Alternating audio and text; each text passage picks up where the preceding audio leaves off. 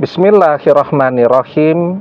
Assalamualaikum warahmatullahi wabarakatuh.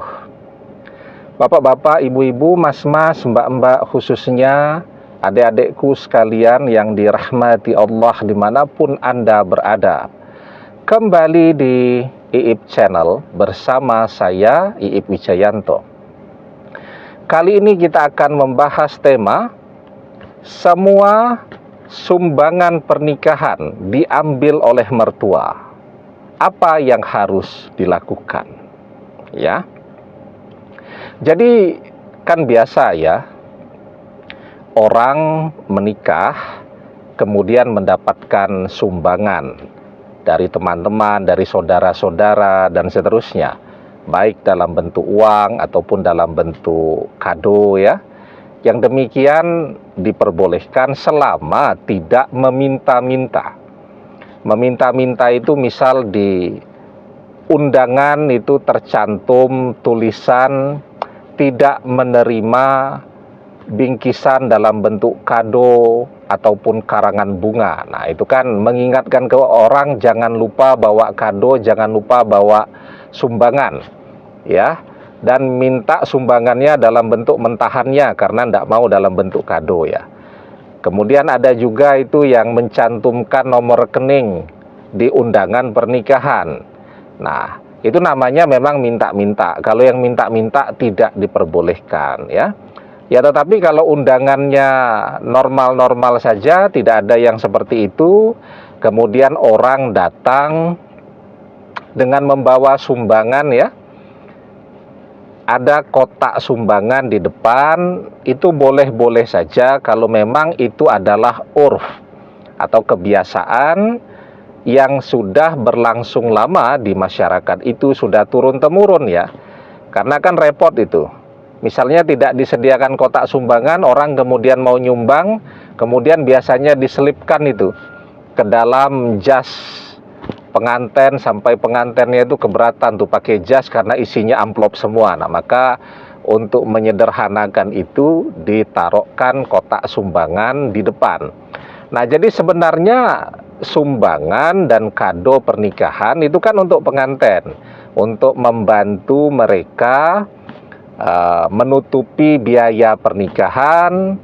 Mungkin kalau ada lebihnya untuk membantu mereka memulai pernikahan. Karena kan memulai pernikahan juga sesuatu yang tidak mudah dan tidak murah ya. Orang butuh tempat tinggal, kalau belum bisa beli rumah ya ngontrak rumah dulu. Orang butuh perabotan, maka kemudian ada kado, isinya tea set, isinya piring, gelas ya. Isinya selimut dan seterusnya. Nah, itu memang untuk membantu meringankan orang yang memulai pernikahan tadi, dan itu sesungguhnya tujuannya diberikan untuk pengantin tadi.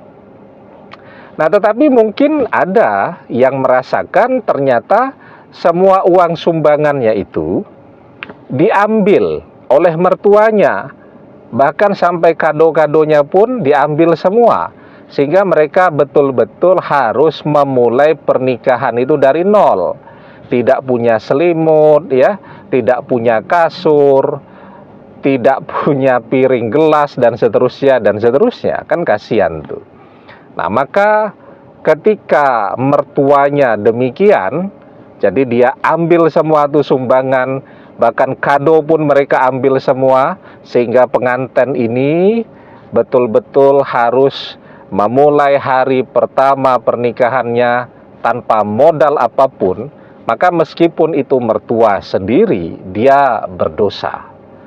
Berlaku kaidah la yajuz li ahadi ayatasarrafa fi milki ghairihi bila isnihi. Tidak boleh seseorang memanfaatkan milik orang lain tanpa izinnya. Dan di dalam sebuah hadis dijelaskan, la yahillu malu mri'in illa bitibi nafsi minhu. Tidak halal harta seseorang kecuali dengan ridho pemiliknya. Ya. Ini kalau pengantinnya tidak ridho, uang sumbangannya diambil semua oleh mertuanya, mungkin bagi dua kan seharusnya begitu, untuk biaya ngontrak rumah ya, kado juga mungkin bagi dua, kan T-set kan tidak cuma satu, ya berikanlah satu set kepada pengantin, siapa tahu mereka nanti ada tamu yang datang menyusul, sama sekali tidak punya gelas untuk buat teh bagi tamu dan seterusnya, kan seharusnya begitu. Nah ini ketika diambil semua seperti itu adalah sebuah dosa yang sangat besar. Di dalam hadis yang lain kita diajarkan, man akhaza sibran minal ardi zulman fa innahu yutawakuhu yaumal qiyamati min sab'i aradin. Barang siapa melakukan kezoliman dengan mengambil sejengkal tanah, maka Allah akan menimpakan padanya 7 lapis bumi pada hari kiamat nanti. Ya. Jadi ini adalah sesuatu yang banyak mungkin dilakukan, dan ini akan menghasilkan azab yang sangat berat di hari kiamat nanti. Demikian, semoga bermanfaat. Wallahu a'lam bissawab, billahi taufik wal hidayah. Assalamualaikum warahmatullahi wabarakatuh.